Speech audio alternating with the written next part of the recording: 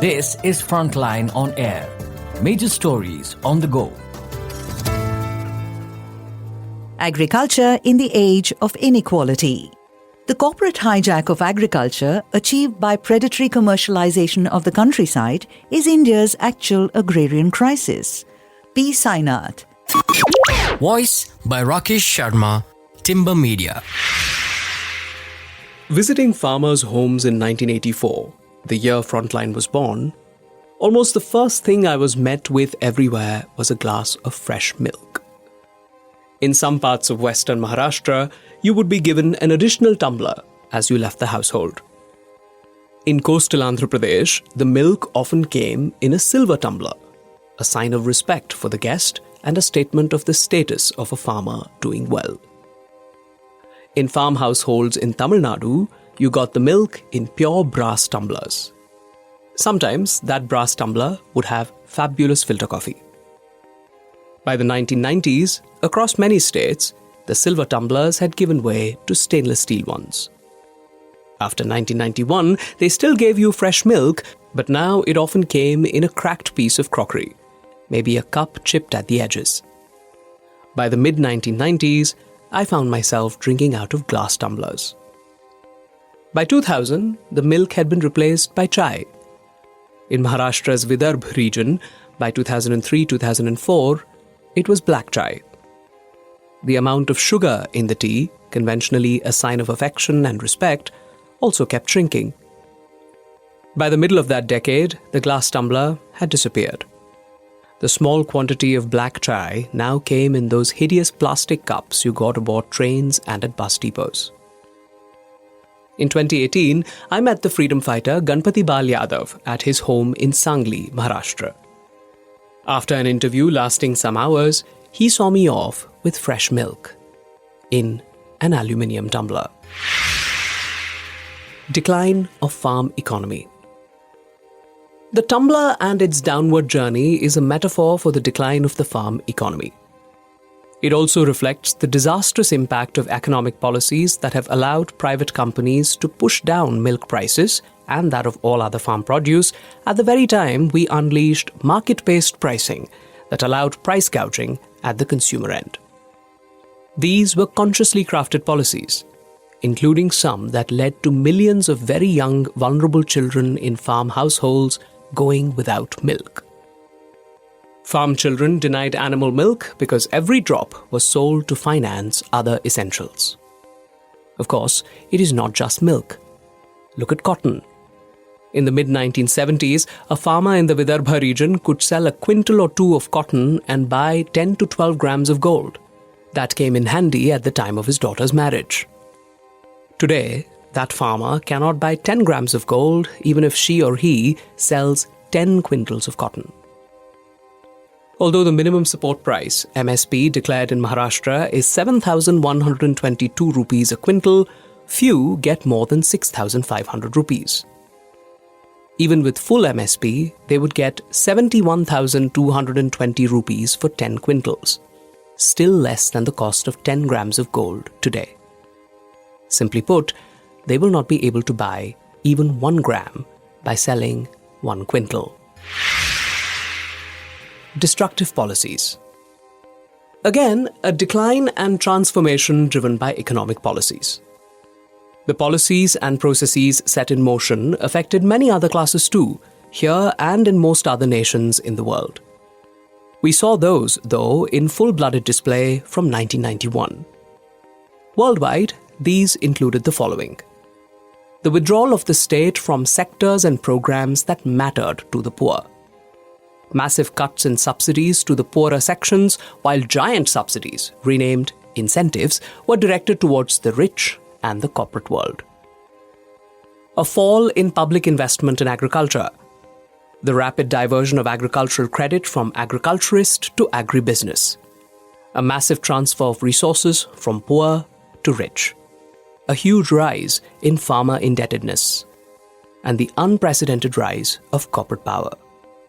The privatization of many public resources, including a 19-kilometer stretch of a river in Chhattisgarh. The privatization of just about everything, even intellect and soul. and the undermining of local governance, where Panchayati Raj squared up against corporate power and lost. As the former RBI Governor Y.V. Reddy might put it, we've seen more of rural developments, less of rural development. Rise in inequality. And of course, we continue to see a stunning rise in inequality. The combined value of India's $217 billionaires as on December 10th, 2024, according to Forbes, was $1,041 billion. We're talking $1 trillion here. That figure is some 58 times India's agricultural budget of $17.91 billion, and close to 1.8 times our total budget expenditure of $562 billion. Think of it. 217 individuals, 0.000015% of the population, hold wealth equivalent to roughly a third of the GDP. Over the decades from 1991, we saw the undermining of life support measures for farmers, the steady undermining of the state-regulated mandis, the planned, chaotic destruction of the public sector, which in turn badly damaged farming and farmers. A terrible impact on food output and availability. The Kafkaesque transformation of agricultural universities from the community-centered institutions they once were to laboratories of corporate agribusinesses. The systematic diversion of formal credit away from farmers, which forced tens of millions to turn to the old and new sahukars, moneylenders. A collapse of prices for the farmer, even as they exploded at the consumer level. A look at cultivation costs of cotton in Vidarbha between 2003 and 2013 showed that input prices and the overall cost of cultivation of an acre of cotton rose by 250 to 300%, and in some cases even more. But what about farmers' incomes? Those moved, if at all, at a fraction of the crippling cultivation cost increases, particularly that of seeds. And income? Even the 77th round of the National Sample Survey, or NSS, the last and latest on farm households, shows that the average monthly income of farm households is around 10,218 rupees. Can you think of a single job in the organized sector that does not pay close to double that? And remember, that figure is household, not individual income.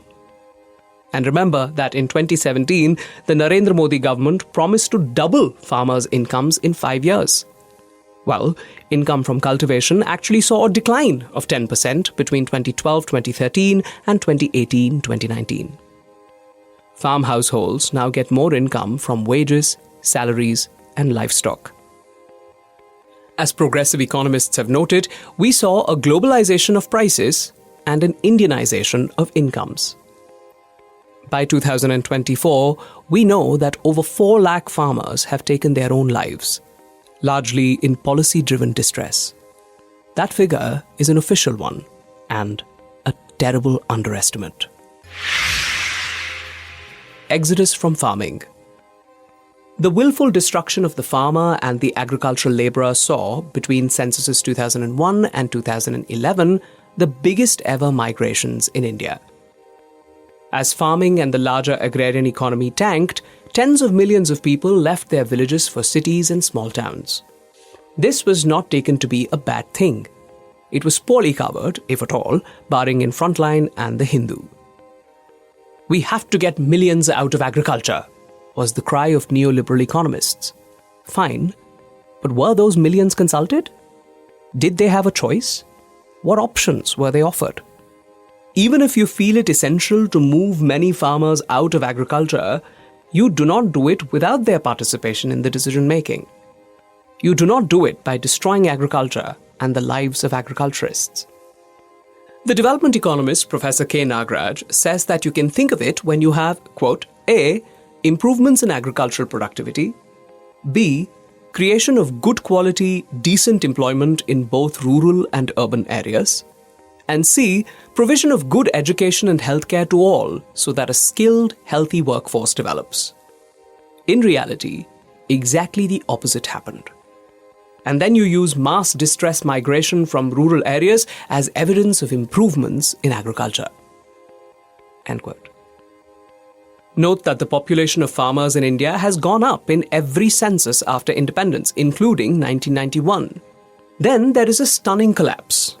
Census 2001 saw a fall in full-time or main cultivator farmers of 7.2 million. Yes, million. Census 2011 recorded a further fall in their numbers of 7.7 million.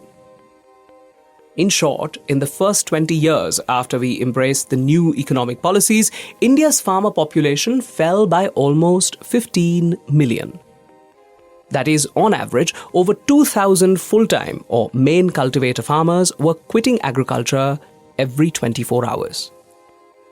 Had this happened in almost any other occupation, certainly with urban-based businesses and professions, you would never have heard the end of it. But to the extent it figured in public discourse, it was the voices of corporate-friendly economists that dominated. And they said it was a good thing. It did come up in a rather perverse way during the reverse migrations of the COVID-19 pandemic. Tens of millions of rural people doing menial jobs in cities, many among them skilled farmers, headed back to their villages during the COVID-19 pandemic. In just 25 days, in May 2020, the railways reported that their Shramik or worker trains had carried 9.1 million labourers back to their homes.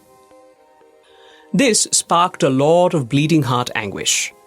Why are they going back? It's too risky. They have a better chance of survival in the cities. But the anguish was really over the loss of cheap labour in our cities. Why are they going back was not the right question. A better one was, why did they leave their villages to come here in the first place? Widespread distress. The answer to this is in two words: agrarian crisis. The reverse exodus could not have happened if there had been no distress migrations to the cities in the first place. The scale of those migrations brought the Mahatma Gandhi National Rural Employment Guarantee Scheme under huge pressure, and the government was forced to spend more money on it. But the scheme is again being undermined, financially and otherwise. The scorching levels of distress also saw the rise of major farmer protests. The first of these happened in the last decade with a historic march of 40,000 of some of the poorest, mainly Adivasi farmers from Nashik to Mumbai in March 2018. The more recent one was the stunning Kisan Andolan at the gates of Delhi in 2020-21. Did the mainstream media ever tell you that this was the largest peaceful, democratic and constitutional protest anywhere in the world in the past 30 years? The globally celebrated Occupy Wall Street movement involved just thousands of idealistic young people who were turfed out of New York's Zuccotti Park after only 9 weeks.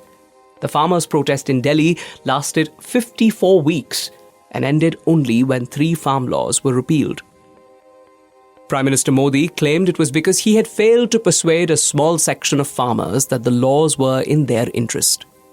He did not mention that the tools of persuasion had included tear gas, water cannons, concertina barbed wire, giant container barricades, lathi charges, and digging up of the national highway to stop the tractors carrying the farmers from advancing. In the 3 decades since 1991, the farm crisis has merged with the crisis in the larger agrarian society. Accompanied by an employment crisis, a migrations crisis, and a water, health, and education crisis, and more. And all the while, the suicides by farmers, including agricultural labourers, has continued. The government's answer is to grossly fiddle with the methodology of the National Crime Records Bureau. The result is that the farm suicides data after 2014 are not comparable with that of the preceding 19 years for which data exist. Fact: the suicides are not the agrarian crisis, they are its most tragic result. They are its outcome, not its origin. Its consequence, not its cause. Agrarian crisis and reasons. Here is the agrarian crisis in 5 words. Corporate hijack of Indian agriculture. The process by which that is achieved, to quote Professor K. Nagaraj, in 5 words. Predatory commercialization of the countryside. The outcome of that process in 5 words. Largest displacements in our history. perhaps in human history. When the largest body of land-owning smallholders in the world battles for survival, you sense that we could actually be looking at a civilizational crisis. A crisis that can no longer be measured merely in terms of production lost or even in terms of the horrendous loss of human lives, but by our own loss of humanity, of the shrinking boundaries of our compassion, our humaneness. Dying every day. A total of 11,290 persons involved in farming committed suicide in 2022, according to NCRB data. This is equivalent to at least 30 farmer suicides every day, or more than one every hour.